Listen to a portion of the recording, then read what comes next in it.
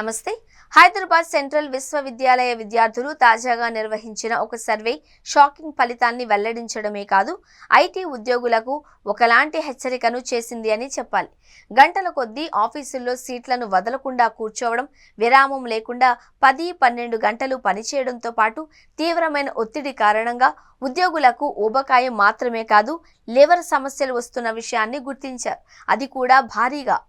HCU పరిశోధకులు చేపట్టిన ఈ సర్వే ఫలితాలు ఆందోళనకు గురిచేసేలా, ఐటీ ఉద్యోగులు తక్షణం తమ ఆరోగ్యం మీద ఫోకస్ చేయాల్సిన అవసరాన్ని చెప్పకనే చెప్పేశాయి అని చెప్పాలి.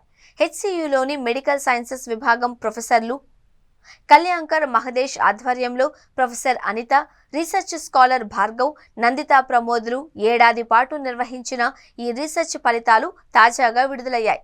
ఐటీ ఉద్యోగుల్ని కలుసుకొని వారిని గచ్చిబౌలిలోని ఏఐజీ ఆసుపత్రికి తీసుకువెళ్లి పరీక్షలు చేయించారు.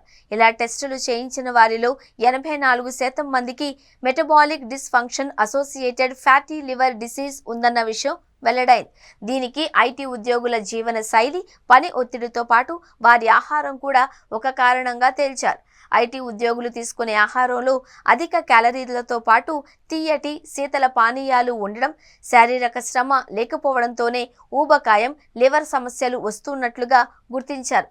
2023 జూన్ నుంచి 2024 జూన్ వరకు 3450 మందికి వైద్య పరీక్షలు నిర్వహించగా, వైద్య పరీక్షలు చేయించుకున్న ఐటీ ఉద్యోగుల్లో 84% మంది ఊబకాయం, ఫ్యాటీ లివర్తో పాటు ఇతర సమస్యలతో ఇబ్బంది పడుతున్నారు. ఇందులో 5% మందికి కాలేయం చుట్టూ కొవ్వు పేరుకుపోయింది.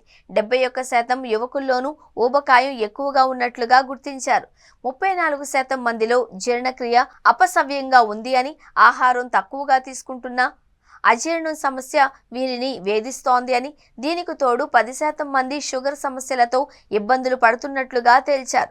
సో ఐటీ ఉద్యోగులే కాదు, ఇతర రంగాలలో పనిచేసేవారు సైతం తాము తీసుకునే ఆహారం, పని మీద కాస్త ఫోకస్ చేసి ఆరోగ్యంగా ఉండేందుకు అవసరమైన అన్ని జాగ్రత్తలు తీసుకోవాల్సిన అవసరం ఉంది.